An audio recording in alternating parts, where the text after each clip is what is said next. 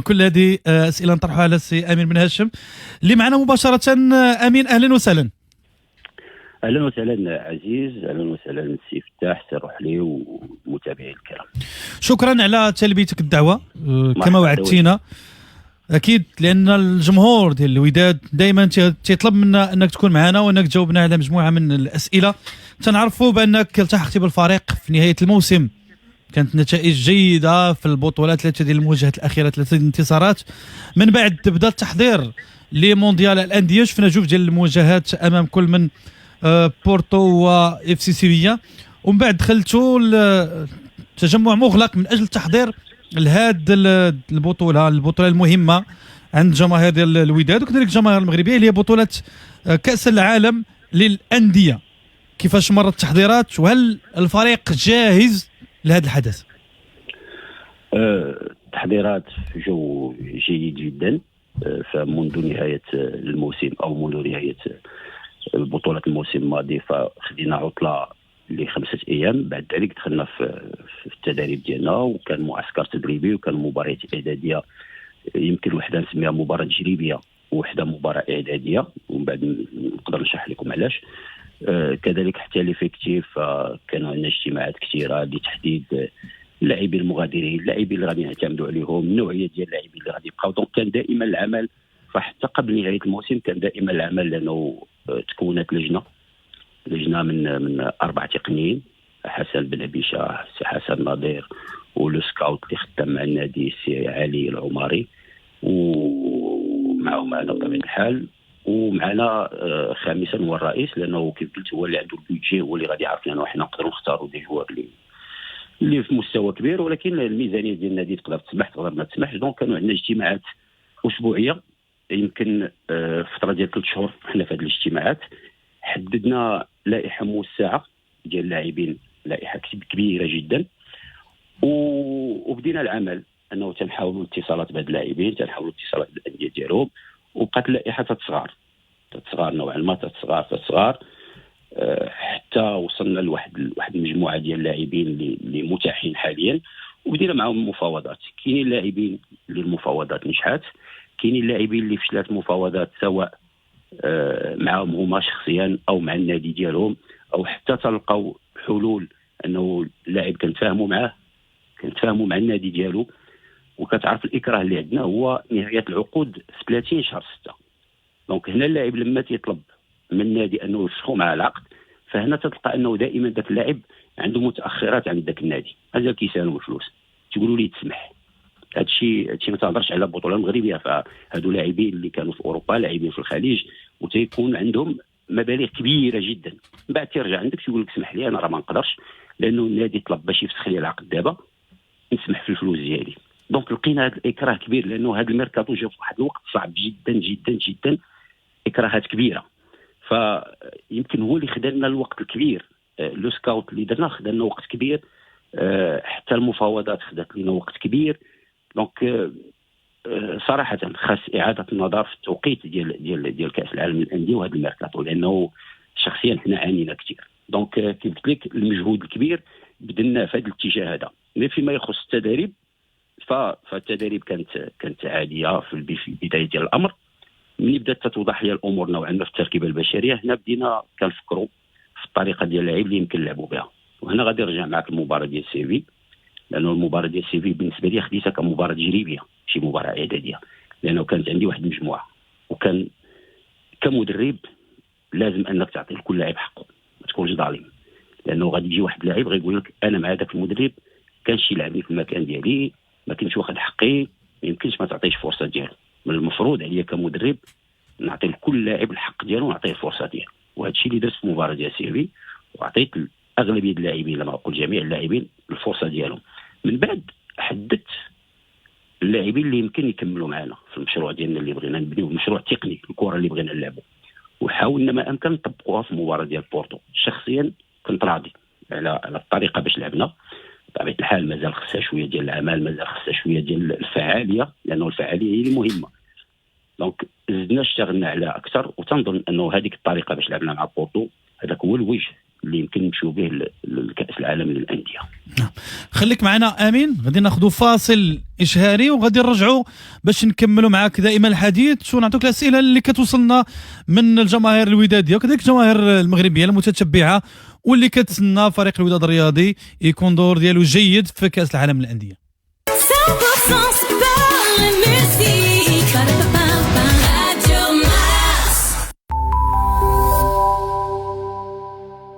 مرحبا وسهلا بكم معنا في زون.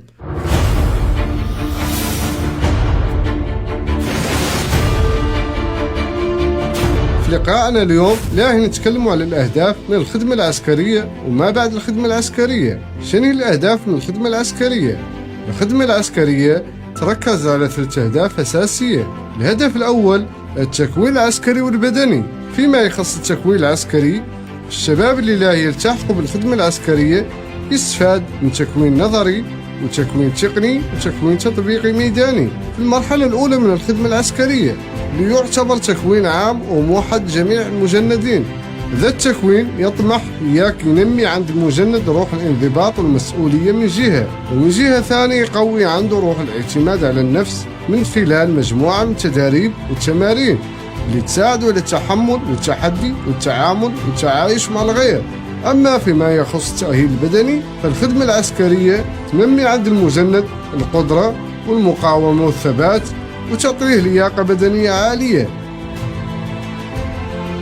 الهدف الثاني تعزيز وتقوية قيم المواطنة من خلال برامج خاصة في التكوين تسعى إياك تقوي وتعزز القيم الاجتماعية والأخلاقية عند المجند وتطور عنده حب بلاده وروح الاعتزاز بالانتماء للوطن وروح التضحية والاعتماد على النفس.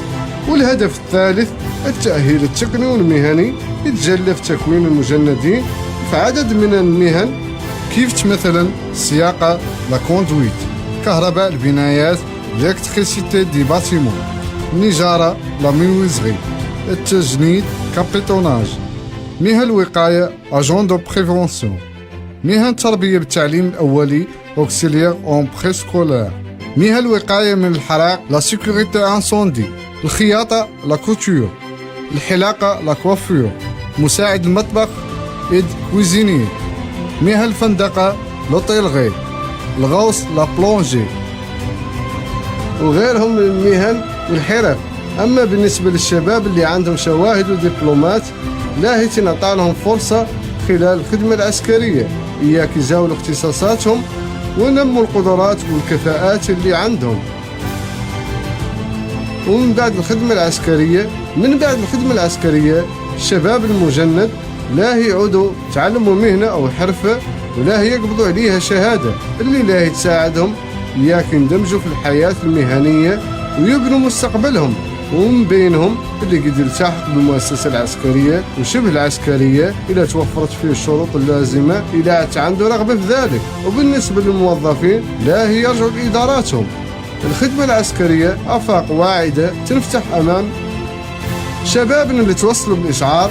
مطلوب منهم يسجلوا عبر الموقع الإلكتروني www.tajnid.ma في أقرب وقت. الشبان والشابات الثانيين اللي يدوروا يؤدوا الخدمة العسكرية وعندهم ما بين 19 و 25 سنة يمكن لهم يسجلوا مولي في نفس الموقع الإلكتروني. إلى اللقاء. الخدمة العسكرية مفخرة وطنية، آفاق واعدة.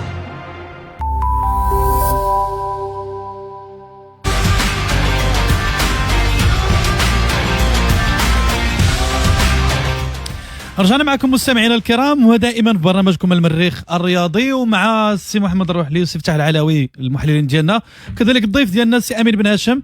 مشكورا على تلبيته الدعوه. كان السؤال الاول حول التحضير للمونديال. سي امين مازال معنا؟ مازال معك. مرحبا. سؤالي سي امين، الجمهور عنده انطباع بان تشكيله غير متوازنه التشكيله الحاليه ديال فريق الوداد الرياضي، وبان مرحله التعاقدات هذه اللي كانت استثنائيه بالنسبه للانديه المشاركه في المونديال لم يتم تدبيرها بالشكل الجيد. كاين اللي تيقول لك لا كانت ترقاع. هذا راي الجمهور اكيد يحترم. انا نبغي اليوم نتكلم مع امين بن هاشم اللي مسؤول المدرب ديال الفريق. هل امين بن هاشم مقتنع بالمجموعه الحاليه وكيشوف انها قادره تمثل الوداد والمغرب احسن تمثيل في كاس العالم للانديه؟ بطبيعه الحال انا مدرب فضروري غنكون مقتنع بالتركيبه البشريه اللي تنشرف عليها. وكيف قلت لك فاللجنه اللي مكونه من 4 ديال الناس صعب جدا انه اللجنه من 4 ديال التقنيين تغلط. صعيب، نسبه الغلط تكون قليله، بالعكس لو المدرب بوحده اللي تيقرر دونك نسبه الغلط كتكون كبيره. يمكن لاعب واخا 4 ديال التقنيين يشوفوا انه مزيان يقدر يجي وما ينجحش، ولكن هذا تيرجع للونفيرونمون اللي غادي يعيش فيه. كان في واحد الحاله، واحد الجو وتغيير عليه الجو ممكن. هادو دائما كاينين هاد المعايير تتعطى او هاد المقاييس تتكون. مي كيف قلت لك شرحت لك انه الميركاتو لقينا فيه اشكاليات كبيره، ومن بعد مشينا لواحد استراتيجيه اخرى.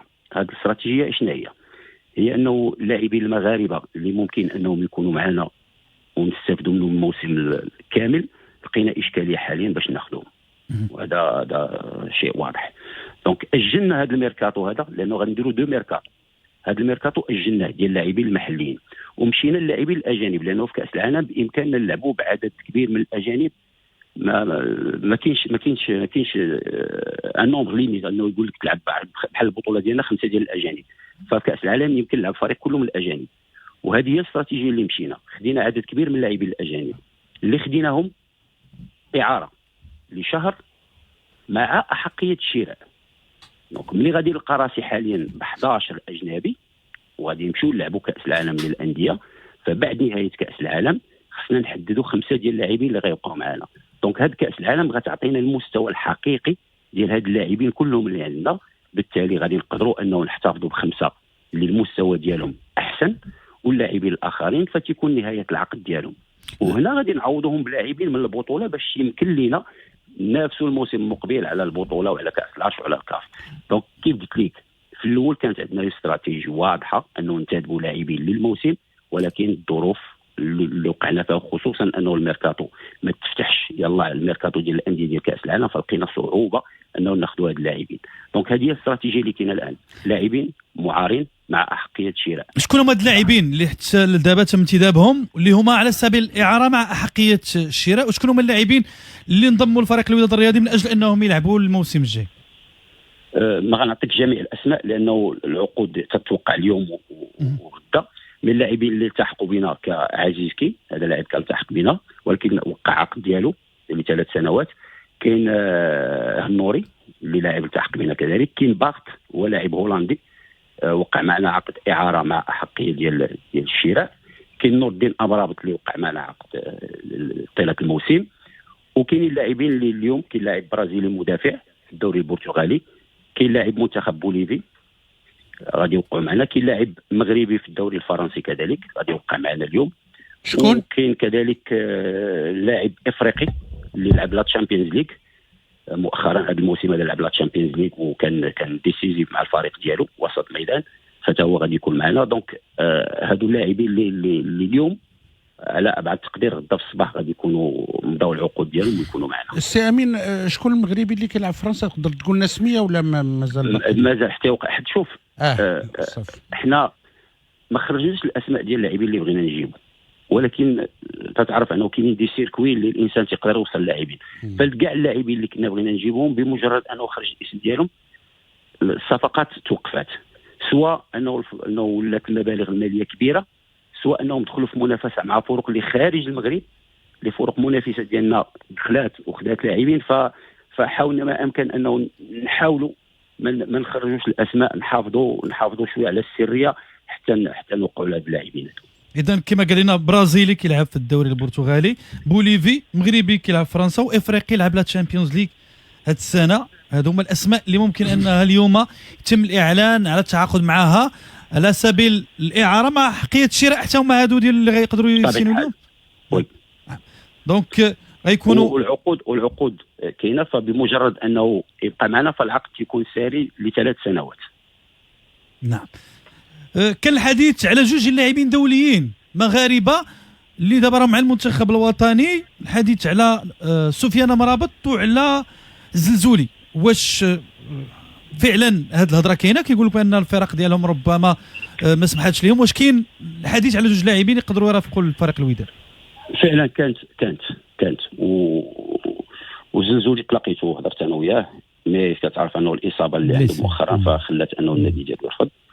وحتى سفيان امرابط كاين حتى هو، وهضرنا معاه وتكلمت معاه انا شخصيا وكانت عنده رغبه، ما لقينا مشكل انه يلتحق بينا من النادي ديالو. سي محمد روحلي. وي سي امين، تبارك الله عليك ونتمنى لك ان شاء الله التوفيق. غير السؤال اللي عندي، اي مدرب ما يتمناش يلقى راسو في هذه الوضعيه؟ صحيح ان شرف ان يقود فريق كبير كالوداد في مونديال الانديه، ولكن المعطيات المتوفره واللي عاود اكدتها، كيفاش مدرب غادي يدرب فريق النص فيه باقي يلاه كيوقع على بعد اسبوع من غادي ياخذ مقابله ضد فريق اللي كنعرفوه يعني عنده استقرار، عنده يعني تجربه كبيره، لاعبين دوليين كبار. اي مدرب ما يتمناش يلقى راسو في هذه الوضعيه بحال اللي لقى فيها السي امين هاشم نفسه، نص لاعبين باقي ما وقعوش، نص لاعبين اللي جاو، وانت غادي في فريق فيه تحديات كبيره، خصوصا الجمهور ديال الوداد والجمهور المغربي كذلك كينتظر حضور يعني نقولوا مشرف.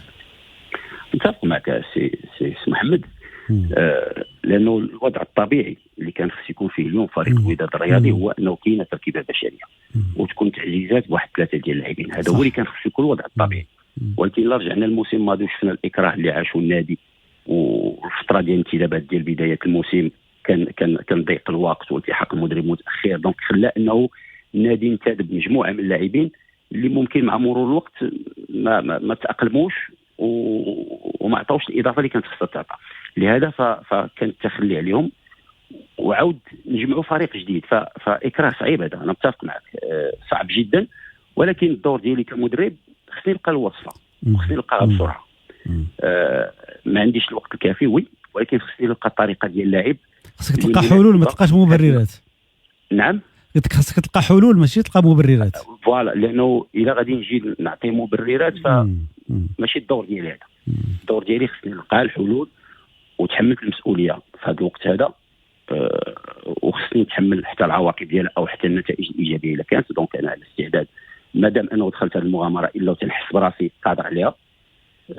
خصني نلقى واحد الطريقه كيف لك ديال اللاعب واللي يمكن تنعتبر انه يسهل عليا نوعا ما المهمه، هو النوعيه ديال اللاعبين اللي جاوا اللي عندهم تجربه اللي تبعناهم. وكان عندي دائما قبل اللاعب ما يلتحق بنا دائما تيكون عندي معه حوار، تنتناقش انا وياه، تنعرفوا نحاول نوضح ليه الطريقه ديال اللعب اللي كنلعبوا بها اللي مناسبه ليه هو، لانه ما بغيتش نتعطل نجيب. لا مثلا حنا دابا حاليا ما خصناش لاعبين اللي غادي نبداو نقلبوا على الكره ناخذهم عند الكارديان دو بيت ديالنا ونبداو لا كونستركسيون من اللور. خصني لاعبين اللي يدافعوا ولاعبين اللي يتحولوا بسرعه للهجوم. فهذه الطريقه اللي غنلعبوا بها اللي هي واضحه. هذه النوعيه ديال اللاعب، الطريقه ديال اللاعب خصني نمشي نقلب لها على لاعبين اللي يعرفوا لها، وهذا هو الدور ديالنا والدور ديال اللجنه الرباعيه اللي حاولنا نقلبوا على هذه النوعيه ديال هاد اللاعبين. المعطيات اللي عندي في التدريب او الاشارات اللي خديت في التدريب تتبين انه الحمد لله ممكن انه تكون عندنا بصمه في المنافسه ان شاء الله. امين، تقدر تقول لنا لا ليست ديال اللعابه اللي غيغادروا؟ انا ملي كنتكلموا على الاسماء كلها التحقات يعني غادي يكونوا مغادرين. 8 ديال اللاعبين اللي غادروا، لا ما عنديش دابا قدامي، 8 ديال اللاعبين اللي غادروا قبل المعسكر. فلما مشيت للمعسكر فمشيت ب 21 لاعب. داكور. دونك 21 لاعب اللي مشيت بهم للمعسكر على اساس انه يلتحقوا بنا اللاعبين الجدد. فكالتحق بنا عزيز كي باش ولينا 22. دونك من بعد دوت يلتحقوا اللاعبين، التحق بنا اللاعب بارت ولينا 23 لاعب. دونك من بعد اللاعبين الاخر اللي غادي يزيدوا يلتحقوا بنا. ولا ليست فينا شحال غيكون فيها من سميه اللي عندكم اللي خصكم تدفعوا؟ هو لا فيفا عطينا 34 لاعب. 34 لاعب، لانه حتى لا فيفا حسوا انه كاين هذا المشكل هذا ديال الميركاتو كاين، لانه ما تقدرش حتى انت الا بغيتي تحيد لاعب ما تقدرش تفسخ معاه العقد ديالو قبل 30 جوان. اللائحه اللي ديال اللاعبين اللي ما كانوش التحقوا معكم بالمعسكر ديال مركب محمد السادس، كاين ايمن الديراني، سيف الدين بوهره، وليد ناسي، حمزه ساخي، محمد جديدي، منير هباش، زكريا ناسيك وياسين بناني. هادو ما مشاوش في اللائحه اللي دخلت لا كونسونطراسيون. واش هادو هما اللاعبين فقط اللي ما غاديش يرافقوا الفريق الى الولايات المتحده؟ ما كاينش لائحه او اسماء جديده من بعد لا كونسونطراسيون؟ لا هادو هما اللاعبين فقط من بعد لا كونسونطراسيون. فجميع اللاعبين حنا احتفظنا بهم. في هذه اللائحه ديال اللاعبين اللي ما رافقوكمش كاين لاعبين اللي لعبوا معكم رسميين حتى في المباراه الاخيره ضد فريق بورتو، في الوقت اللي مثلا اللاعبين ما لعبوش بزاف او ما لعبوش بحال اللاعبين البرازيليين اللي مازال معاكم؟ واش هاد اللاعبين كاين اشكال في التخلي عنهم اللاعبين البرازيليين، ولا امين مازال طامع انهم هاد اللاعبين يقدروا يقدموا الاضافه لفريق الوداد؟ شوف، هو المدرب تيكون عنده مشروع تقني ديالو والنادي عنده مشروع. فملي تجي تنحط انا مثلا حطيت اللائحه ديال اللاعبين اللي غادي يغادروا، فتنشوفوا تقنيا واش غيصلحوا لينا ما غيصلحوش لينا. دونك من بعد تنشوفوا العقد ديالهم، واش العقد يسمح لنا انه نقدروا نفسخوا او نتخلاو عليهم او نلقاو معهم حل او يمشوا بريتي او شي حاجه من هذا القبيل هذا. دونك اللاعبين اللي كانت امكانيه انه نفسخوا العقود ديالهم او انهم يتم الاستغناء عليهم، فقدرنا انهم يمشوا للاتجاه هذا. اللاعبين اخرين اللي كانت صعوبه في العقود او صعوبه في الاهداف هذا فما قدرناش انه نتخلوا عليهم، بالتالي غادي يبقاو معنا اون اتوندون لقاو حلول اخرى. يمكن انهم يمشوا بريتي الانديه، يمكن انهم يفرضوا راسهم. فتعرفش انه الكره هذه شحال من لاعب ما خداش الفرص الكامله ديالو، من بعد جاتو فرصه قدر انه يبين ويضمن المكانه ديالو. دونك فيمكن توقع اي حاجه من لاعب كره القدم. سي امين، دخلتوا كونسونطراسيون في مركز محمد السادس، شيء ايجابي جدا. هذه فرصه كتعطى لاي فريق مغربي اللي كيكون مقبل على تظاهره دوليه، شيء ايجابي. فريق الوداد دخل هذا المعسكر ولكن عطى انطباع بانه هو بحال كان ساد عليه، لان كان مشكل تواصل على المستوى الصحفي، لان حسب ما هو متداول بان الاهلي اللاعبين كيديروا تصريحات ترجي، ولكن الوداد يعني مغلق مفتوحه مغلق بصفه يعني كليه. هو ما كناش غالقين على راسنا. كون جاءنا شي واحد مرحبا به. اليوم في الصباح الحصه التدريبيه جاوا رجال الاعلام، مرحبا بهم وعطينا التصريحات. دونك ما كنظنش السي محمد انه شي حد منع، بالعكس اي واحد بغى يجي مرحبا به، كانت البيبان مفتوحه لنا. نعم. غنرجع معك دائما للتعاقدات والاخبار التي تروج من الاسماء اللي تم ربط الاسم ديالها بفريق الوداد الرياضي. جوج لاعبين اللي رافقوك في التجربه الاخيره ديالك بفريق نهضه الزمامه، الحديث على امين عزري ووليد الصبار. هل فعلا وليد او عفوا امين اقترح هذه الاسماء على فريق الوداد الرياضي؟ وإلا كان هكا علاش ما التحقوش بالفريق حتى لدابا؟ واش هما من الاسماء اللي قلتي ممكن يكونوا تعاقدات ما بعد المونديال؟ هما فعلا كانوا لاعبين في اللائحه الموسعه اللي كنا وضعنا، مي مع مرور الوقت يمكن ما وصلناش انه اللاعبين يكونوا التحقوا بنا، فبالتالي غيرنا الاتجاه نحو لاعبين اخرين اللي كانوا في اللائحه الموسعه الاوليه، كعدد كبير من اللاعبين يمكن كالشماخ، كعدد كبير من اللاعبين في البطوله، انس مهراوي، هذو كلهم لاعبين اللي اتصلنا بهم واللي هضرنا معهم واللي حاولنا انه ننتدبوهم، مي ما لقيناش حلول سواء مع النادي سواء مع اللاعب. فاللائحه كانت موسعه كبيره من البطوله الوطنيه، احسن اللاعبين اللي كانوا متالقين في الموسم الماضي، فكنا دائما على تواصل بهم. كاين اللي المفاوضات تحبسات، كاين اللي ممكن المفاوضات تبدا ثاني من بعد كاس العالم، من بعد فتح الميركاتو العادي اللي غيكون في 30 جوان.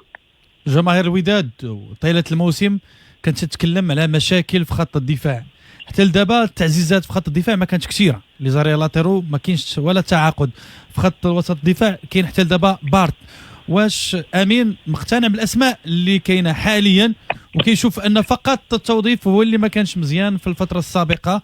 واش هذه الاسماء هذه قادره انها تؤدي الواجب قدام فرق كبار في كاس العالم للانديه؟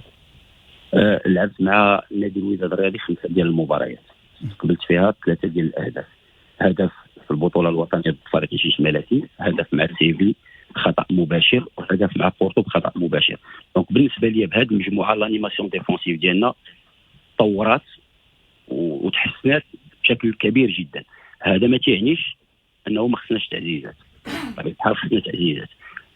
شوف واحد القضيه اللي مهم ماشي هو الانتداب. اغلب الفرق تقوم بانتدابات، وانديه كبيره في المغرب جابت انتدابات كبيره. اللي مهم هو توظيف هذه الانتدابات، هو العمل المتواصل مع هذه الانتدابات، هو تطوير الاداء ديال هاد اللاعبين هادو. راه الا ما كانتش الخدمه في لي زونطرينمون راه واخا تجيب اللي جبتي ما غاديش ينجح عندك. دونك تطوير الاداء مهم، هذه هي المهمه ديال المدرب. بغض النظر على الانتداب، يقدر المدرب ما يديرش انتداب، وكانت عندنا تجارب كبيره شفناها مع مدربين في البطوله الوطنيه ما داروش انتدابات، ومنهم وليد الركراكي مع الوداد الرياضي. ففي الفتره ديال الميركاتو ما دارش انتدابات وقدر ياخذ لا تشامبيونز ليغ وياخذ البطوله. علاش؟ لانه كانت الخدمه في التدريب. هذا هو اللي مهم، ماشي مهم هو الانتداب. حنا دابا حاليا عندنا ستاف تكنيك في المستوى اللي دازوا لاعبين كبار ودازوا في تجارب تدريبيه مهمه قادرين انهم يعاونوني ويعاونوا نادي الوداد الرياضي باش نطوروا الاداء ديال المجموعه اللي عندنا، وهذا اللي اتضح لنا في التدريب. كاين تجاوب في التدريب مع الطريقه اللي باغي يلعب بها امين بن هاشم؟ ما سمعتش. كاين تجاوب ديال اللاعبين معاك في خلال هذه الفتره هذه الطريقه اللي باغي تلعب بها؟ كاين تجاوب كبير، واللي خلى تجاوب يكون احسن ويكون عنده طعم اخر هو الروح ديال نور الدين امرام اللي بدا تزرعها في اللاعبين. لانه اللاعبين انا تنقول لهم دائما، تنقول لهم شوف اي حاجه بغيتي ديرها خصك تبغيها، احنا غادي ندافعوا ونشوف دي كونتر. هذا هو هي الطريقه ديال اللعب غنعتمدوا عليها. الا ما كنتيش كتبغي تدافع وتستمتع وانت كتدافع فصعيب انك تدافع طيله المباراه، واحد الوقت غادي تمل. ولكن نور الدين امراب قدر بالروح ديالو يوصلها لهاد اللاعبين، ولا هادشي تيبان لنا في الحصص التدريبيه كيفاش اللاعبين ولاو تيستمتعوا وهما كيدافعوا وتيستمتعوا وما تيحرموا الخصم من المساحات ومن الكرات. لانه حتى هنا خصك تلقى لو بليزير ديالك، ماشي لو بليزير غير انا عندي الكره وندير انتير وندير واحد لاباس زوينه ويصفقوا عليا الناس. لا، راه كاين نادي كاتلتيكو مدريد راه اللاعبين ديالو راه تيستمتعوا وهما تيدافعوا، تيتلذذوا وهما تيحرموا الخصم من انه يسجل ومن انه ياخذ المساحات.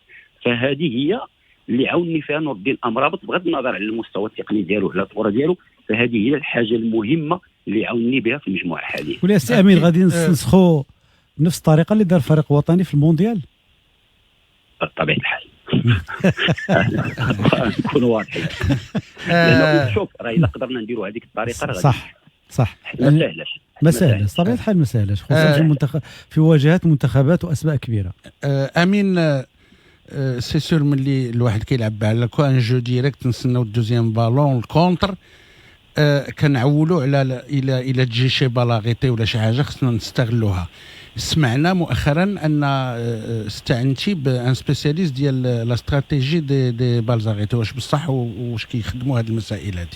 بطبيعه الحال فكان اتصال مع نيكولا جوفير اللي هو المتخصص ديال الكره الثابته في ارسنال مع ارتيتا، وهو اللي اقترح علينا السي فؤاد طلعه هو مدرب مغربي قام التكوين ديالو في فرنسا ودرس مع نيكولا جوفير وكان معاه في الارسنال كذلك، فاقترحوا علينا وكان عندنا معاه لقاء وجلسنا واتفقنا ولقينا انه غادي يعطينا اضافه للفريق وتم التعاقد معه، وحاليا فهو تيقوم بالعمل ديالو وحتى هو عنده متطلبات. لانه تيقول لك انا بغيتيني ننجحك في الاستراتيجي بالاريتي خصني لي زانغريديون، خصني لي تيرور لاعبين اللي تعرفوا ينفذوا. هذا خلانا انه جبنا عزيزكي من احسن اللاعبين اللي تينفذوا الكره الثابته في افريقيا. خلانا نجيبوا اللاعب البوليفي اللي هو لاعب دولي اللي متخصص كذلك في الكره الثابته في المنتخب ديالو في الفريق ديالو.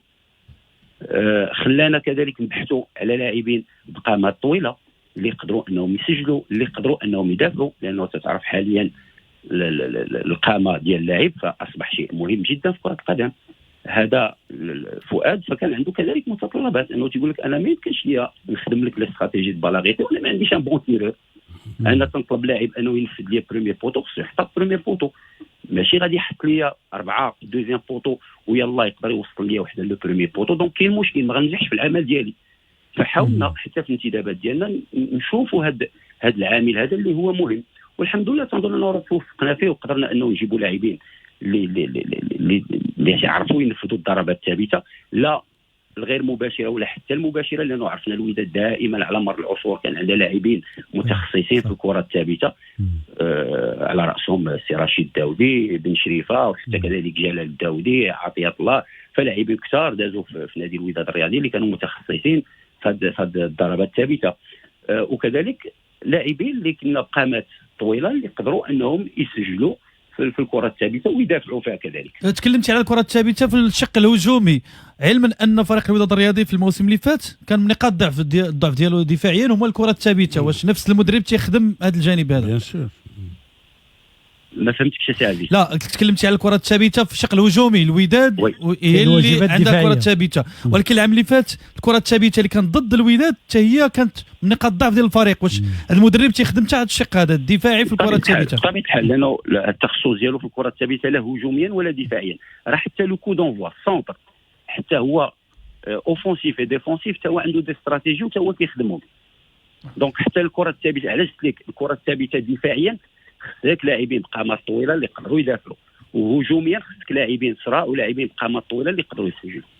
ودويتي على امرابط، وشيء جميل انك كتلقى لعاب اللي من غير العطاء الكروي كيشحن لك اللعابه وكيعطيهم ديك الجرينتا وتعطيهم هذا شيء جميل جدا. وكنظن غيكون كابيتان بمعنى الكلمه.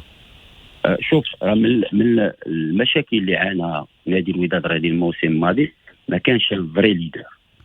الفري ليدر كاين دي كاركتير عندنا في الفريق، دي كاركتير، ولكن دي ليدر ما كانوش، لانه كاين لاعبين اللي بشخصيه قويه ولكن ما يقدروش انهم هما تكون عندهم الكلمه الكبيره ويجروا اللاعبين الى الامام. كيف كاين دي كاركتير مي ان ليدر ما كانش. تنظن انه اليوم نور ديال المرابط قايم بهذا الدور هذا. انا ما فهمت كلامك، هو العميد ديال الفريق.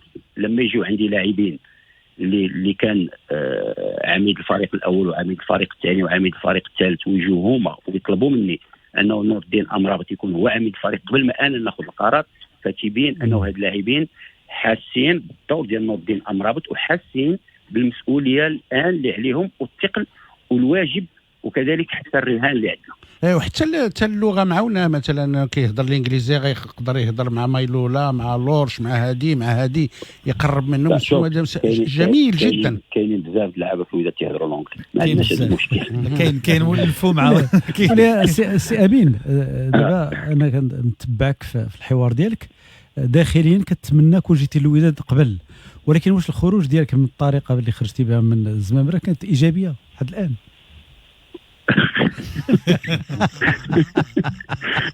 رب ضرة نافعة هي هذه. وهي هذه. شوف، انت غادي بابك معلك غادي للتدريب من بعد تتلقى راسك انه خارج نهضه الزمامره، شويه تتلقى راسك في الوداد تتقول عمرني في حياتي ما بقيت نخطط لشي حاجه نهائيا. اقسم بالله ما بقيت نخطط لشي حاجه في حياتي، نخطط لذاك الشيء اللي انا عايش فيه حاليا من المستقبل، لانه هاد الحاله اللي عشتها واخا تخطط ليها واخا ما عرفتش ما تصدقش ما يمكنش توصل لها. فدائما غنخلي ربي هو المكاتب ديال ربي. انا ما غنخطط لوالو، انا غنخطط لهذا الشيء اللي عندي ماتش غنوجد ليه وعندي استعداد تدريب غنوجد له، ولكن اشنو يمكن يوقع من بعد فالنعم ديال ربي كبيره، ومن النعم ديالو هذه الحاجه اللي عندنا فيها. امين، دخلت له لايف دابا باش نشوف الاسئله ديال المتتبعين ديالنا. واحد الاسم كيتردد بشكل كبير وكيقول لي السؤال عليه امين هو جبران. واش جبران فعلا غادي يلتحق فريق الوداد الرياضي؟ وكذلك كيسولوني على الثلاثي مبارك لورش ومايلولا، واش وقعوا عقود رسميه مع فريق الوداد الرياضي ولا مازال مع الفريق لان عقدهم ما غيسالي حتى الاخر ديال الشهر؟ اولا جبران كان عندنا اتصال به، مي جبران لقى مشكل باش انه يقدر يلتحق بنا حاليا لانه مازال نهايه العقد ديالو والفريق ديالو ما لقاش معاه حل. كذلك امين ابو الفتح نفس المشكل. بالنسبه للثلاثي فكيف قلت لك مازال العقد الاعاره ديالهم ساري حتى من بعد كاس العالم، ومن بعد كاس العالم فهنا غادي يكون القرار كيف قلت لك في الاجانب باش نخليو 5. دونك هاد القرار في اللاعبين المعارين كلهم من بعد كاس العالم ان شاء الله. واخا بالنسبه للجبران وابو الفتح غيلتحقوا بالوداد من بعد لا كوب دي موند ولا ما ممكن؟ مازال من اللاعبين اللي متاحين، مازال من اللاعبين اللي عندنا في اللائحه. قبل كاس العالم كان صعب انه ناخذهم، يمكن مور كاس العالم يمكن يقدروا يكونوا معنا. تكلمنا معك بزاف على التحضير وعلى الانتدابات، انا ندوزو معك شنو الطموح ديال امين وشنو لوبجيكتيف اللي راسمو في هاد لا كوب دي موند، هاد ثلاثه ديال المواجهات؟ لوبجيكتيف برينسيبال بعدا اي رياليزابل سي شامبيونا كوب دو ترون، شامبيونا كاس كوب دو ترون. هادو لي زوبجيكتيف لي رياليزابل اللي ممكن يتحققوا، وهذه هي الوداد تنافس على اللقب ماشي على المشاركه دائما. دونك هادو دي زوبجيكتيف اللي تحطوا مع النادي ومع اللاعبين. بالنسبه للطموح ديالي في كاس العالم فالطموح ديال اي مدرب واي واحد مغربي غيبغي يشوف نادي الوداد الرياضي يشرف كره القدم الوطني. حنا غادي نلعبوا مع 3 ديال المدارس مختلفه، كل مدرسه بطريقه ديال اللعب. يمكن المباراه ديال بورتو اعطاتنا فكره على الطريقه ديال اللعب ديال لا يوفي لانه هي اللي قريبه لنا نوعا ما 3-4-3. السيتي تنعرفوا الطريقه ديال اللعب ديالهم اللي مختلفه، بوكو دو سيركوي، بوكو دو فيتاس، بوكو دو موفمون. غيكون صعيب انك تقاومهم، ولكن تنعرفوا الرغبه ديال اللاعبين. اي لاعب حاليا تيتمنى انه يكون في كاس العالم للانديه، انه يكون في هذا لا فيترين ديال سيتي يوفي والعين. فما تنظنش انه اللاعبين ممكن يضيعوا هذه الفرصه هذه. فانا شخصيا كمدرب يمكن متفائل بالمستوى اللي نقدروا نظهروا به. فتنظن انه ان شاء الله بالعمل اللي تنقوموا به، الانتدابات اللي عندنا، كاين نسبه كبيره انه نشرفوا كره القدم الوطنيه، وممكن نخلقوا مفاجاه ان شاء الله. سي امين مجموعه ديال اللاعبين خصوصا اجانب جايين باش يلعبوا لا كوب دي موند، واش ما تقدرش تطيح كمدرب اول ما لاعبين جايين باغي يديروا النيميرو ديالهم، باغيين يبينوا بلاصتهم وباغيين يتباعوا وباغيين يمشيوا في انديه اخرى على حساب الاداء الفعال والتكتيك الجماعي ديال الوداد؟ شوف، هاد الفرضيه حيدناها. علاش؟ لانه اللاعبين كلهم موقعين عقود ديال 3 سنوات. فعندك ان بري ديال ان موا. الا نجحتي غتكون معنا 3 مواسم. الا حنا ما بغيناكش هنا ممكن العقد يتفسخ. دونك ما كاينش لاعب اللي غادي يبين على المستوى ديالو غادي يمشي. الا بغاتوا الوداد ما يمشيش. لا ديجا عنده 3 سنوات غيبقى في الوداد. داكور. عندي الوداد حمى الحقوق ديالو. عندي واحد السؤال جاني بزاف، واش الوداد كان عند هذا كونتاكت مع العملود؟ وي، العملود هضرت مع انا شخصيا يمكن هذه شي شهرين، وصرح لي انه ما عندوش رغبه يدخل يلعب في الوداد.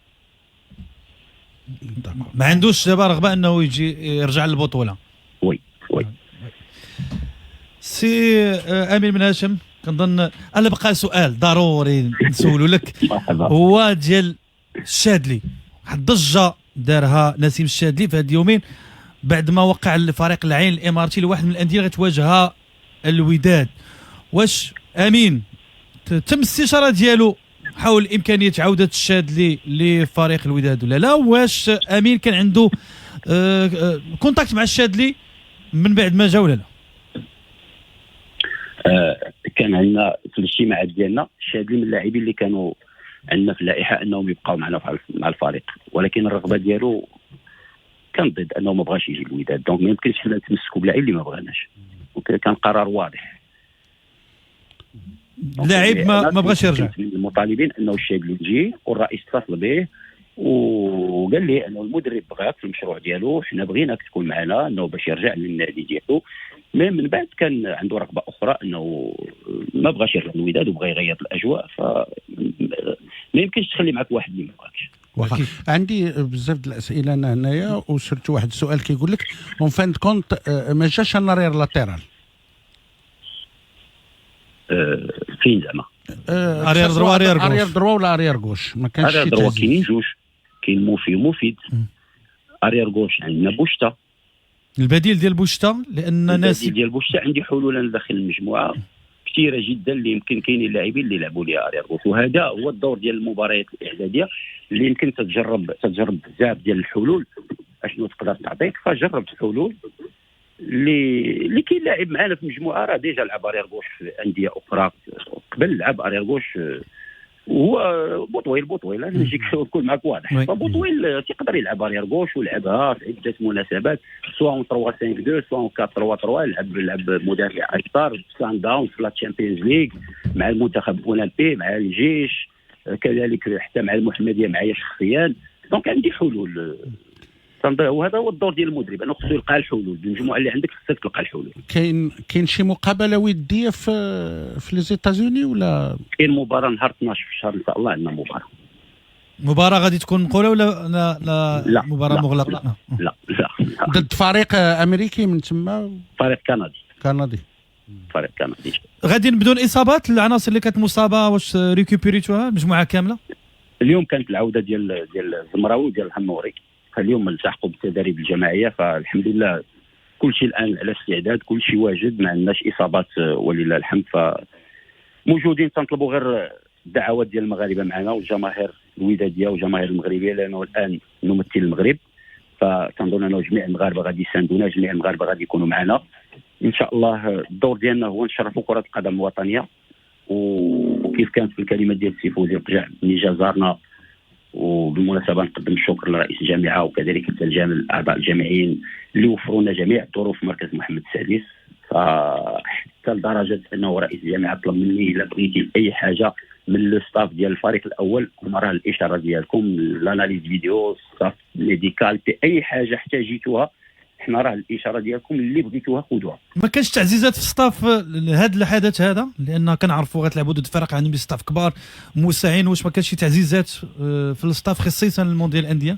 لا لانه لو ستاف اللي عندنا تنظن كافي باش يقوم بالمهام ديالو. فكيف قلت لك رئيس الجامعه اي حاجه احتاجيناها قال ناخذوها، وحتى في الكلمه ديالو فقال للاعبين وقال لنا جميعا انه نحن نمثل المغرب وخصنا نكملوا في المسار اللي مشات عليه جميع المنتخبات حاليا اللي تألقات، فكذلك خصنا نزيدوا حتى حنا نشرفوا كره القدم الوطنيه، ونتمنى انه نكونوا موفقين ان شاء الله. والجماهير الوداديه نبغيها تساندنا تكون بجنبنا، لانه الهدف ديالنا هو نفرحوا وان شاء الله اكيد غادي نفرحوا. كلنا معكم امين ان شاء الله، من اجل انكم توقعوا على حضور جيد في هذا المونديال ديال الانديه، لانكم كتمثلوا المغرب، وكل التوفيق للفريق الوداد الرياضي. شكرا بزاف امين بن هاشم على تلبيتك الدعوه، وكنظن انك جاوبتي على جميع الاسئله اللي كيطرحها الجمهور. جواب اخر في سؤال اخر مرحبا. لا كنظن كاين تفاؤل امين، تفاؤل كبير، لا من اللاعبين لا من الطاقم لا من الاداره لا من الرئيس، فكاين تفاؤل ان شاء الله، وان شاء الله المغاربه راه قداو فايتين له. حد سعيد، حد موفق. شكرا بزاف امين. شكرا امين بن هاشم على تلبيتك الدعوه، مدرب فريق الوداد الرياضي. نتمنوا له حد موفق في هذه المشاركه اللي اكيد غتبدا من غدا لو ديبلاسمون الى الولايات المتحده الامريكيه. عارفين ان المهمه ماشي سهله، حتى الفريق ما كانش محظوظ في تيراج وسور اللي دار. كاين مجموعات اللي كان بامكان انك تقول عندك فيها حظوظ، مي هذه كره ماتش احنا المغاربه اللي تيراج ما عندنا فيهم الزهر ديما، ما عندناش فيهم الزهر، ولكن ما كنقضيو الغرض ان شاء الله. لما لا نتمنوا خير. دونك كنكون هكذا، كنكون حطنا بجميع المعطيات كل ما يروج. الاجوبه ديالو كانت مباشره، ما فيها لا لغه خشب لا والو. شي يعجبني امين، هذا معروف عليه صراحه، في كنظن رجل تواصل بامتياز صراحه. شكرا ليه لانه عطانا حوار حصري لا امواج راديو مارس. كان وعدنا بانه يكون معنا، الظروف ما سمحاتش لان كنت دخل الكونسونطراسيون